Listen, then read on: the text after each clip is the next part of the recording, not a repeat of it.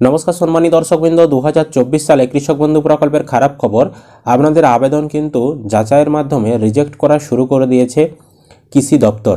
মানে আপনাদের আবেদনগুলো বাতিল করে দিচ্ছে বা আপনাদের যে প্রোফাইল কৃষক বন্ধু সেটা কিন্তু রিজেক্ট করে দিচ্ছে। এর ফলে আপনারা কৃষক বন্ধুর টাকা পাবেন না। তো এই সমস্যাটা অনেকেরই আসছে। সমস্যার সমাধান কিভাবে করবেন, আপনার সমস্যাটা এসেছে কিনা কিভাবে বুঝবেন, বিস্তারিত জানাবো আজকের এই ভিডিওতে। ভিডিও ভালো লাগলে অবশ্যই লাইক করবেন, ইউটিউব থেকে দেখলে চ্যানেলটাকে সাবস্ক্রাইব করতে ভুলবেন না, আর ফেসবুক থেকে দেখলে অবশ্যই পেজটি ফলো করে রাখবেন এই ধরনের নিত্য নতুন আপডেট সবার আগে পাওয়ার জন্য। চলুন আগে দেখিয়ে দিচ্ছি আপনি আপনার সমস্যাটা এসেছে কিনা কিভাবে বুঝবেন। সবার প্রথম যে কোনো ব্রাউজার ওপেন করে গুগলে চলে আসবেন। গুগলের সার্চ বাটনে এসে সার্চ করবেন কৃষক বন্ধু। ভিডিও ডিসক্রিপশনেও ডাইরেক্ট লিঙ্ক দেওয়া রয়েছে, আপনারা সেখানেও ক্লিক করে আসতে পারেন।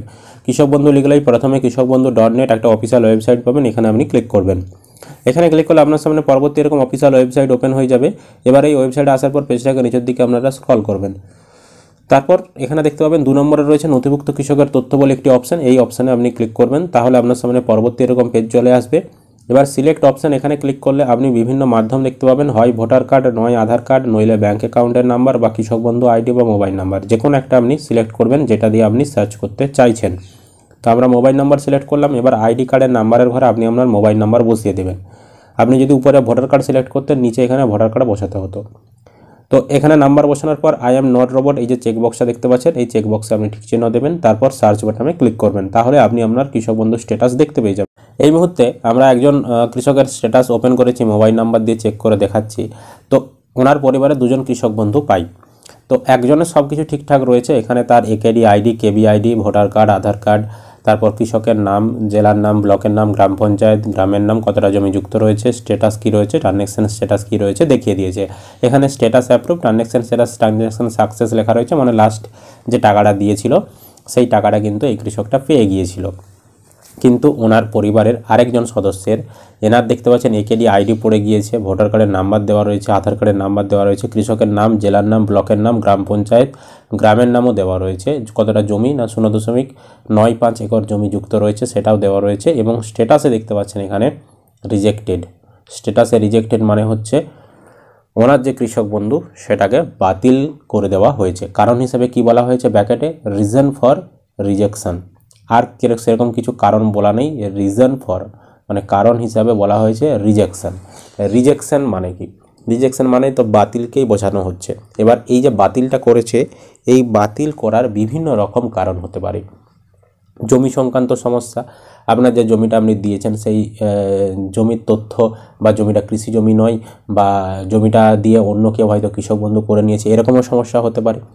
বা এরকমও হতে পারে কৃষকটি মারা গেছে, সেরকমটাও হতে পারে, তাদের পোর্টালে সেরকম তারা কোথা থেকেও বুঝতে পেরেছে বা সিস্টেম থেকে ডিটেক্ট করেছে, সেটা হতে পারে। এছাড়াও ওনার ডকুমেন্টসে কোনো ভুল ভ্রান্তি রয়েছে, সেই কারণেও হতে পারে। তো এরকম যদি আপনাদের আসে রিজেক্টেড, যে কোনো কারণেই রিজেক্ট করুন না কেন, একমাত্র মারা যদি যায়, প্রকৃতপক্ষে কোনো কৃষক যদি সত্যিকারের মারা যায়, তার যদি রিজেক্টেড আসে সেক্ষেত্রে আর কিছু করার নেই।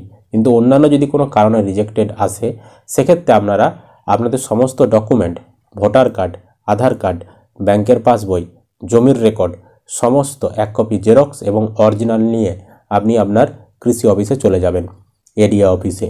সেখানে গিয়ে তাদেরকে সমস্ত কিছু বলবেন, তা আপনি আপনার স্ট্যাটাস দেখাবেন। আপনার কাছ থেকে তারা সমস্ত ডকুমেন্টস জমা নিয়ে আপনাদের এই যে সমস্যাটা এটা কিন্তু সমাধান করে দেবে। অনেকেরই এই রিজেক্টেড সমস্যাটা এসেছে, আপনারা এইভাবে কৃষি অফিসে গিয়ে সমাধান করে নেবেন। কারণ বর্তমানে আবারও কিন্তু অনেকের তথ্য যাচাই হচ্ছে। আর পিএম কিষাণের মতো কৃষক বন্ধুতেও কিন্তু একটা নির্দিষ্ট সময় ছাড়া কিছু পার্সেন্ট কৃষকের তথ্য যাচাই করা হয়। ব্লক লেভেলে একটা পার্সেন্টেজ, ডিস্ট্রিক্ট লেভেলে একটা পার্সেন্টেজ, হ্যাঁ, বা মহকুমা লেভেলে একটা পার্সেন্টেজ একটা কৃষকের তথ্য যাচাই করা হয়। তো সেই তথ্য যাচাইয়ের সময়ও কিন্তু অনেক সময় ত্রুটি ধরা পড়ে, তখন কিন্তু এরকম রিজেক্ট করে দেয়। তো আপনাদের যদি রিজেক্ট করে থাকে, অবশ্যই আপনারা কৃষি অফিসে গিয়ে সমস্ত ডকুমেন্টস জমা করে আপনাদের এই সমস্যার সমাধান করবেন। আর যাদের এখানে অ্যাপ্রুভ রয়েছে তাদের ক্ষেত্রে কোনো কিছু করার দরকার নেই। এটাই ছিল বর্তমানে কৃষক বন্ধুর নিয়ে আপডেট। আশা করি আপনারা ভিডিওটা বুঝতে পেরেছেন। ভিডিও ভালো লাগলে অবশ্যই লাইক করবেন, ইউটিউব থেকে দেখলে চ্যানেলটিকে সাবস্ক্রাইব করতে ভুলবেন না, আর ফেসবুক থেকে দেখলে পেজটিকে ফলো করে রাখবেন।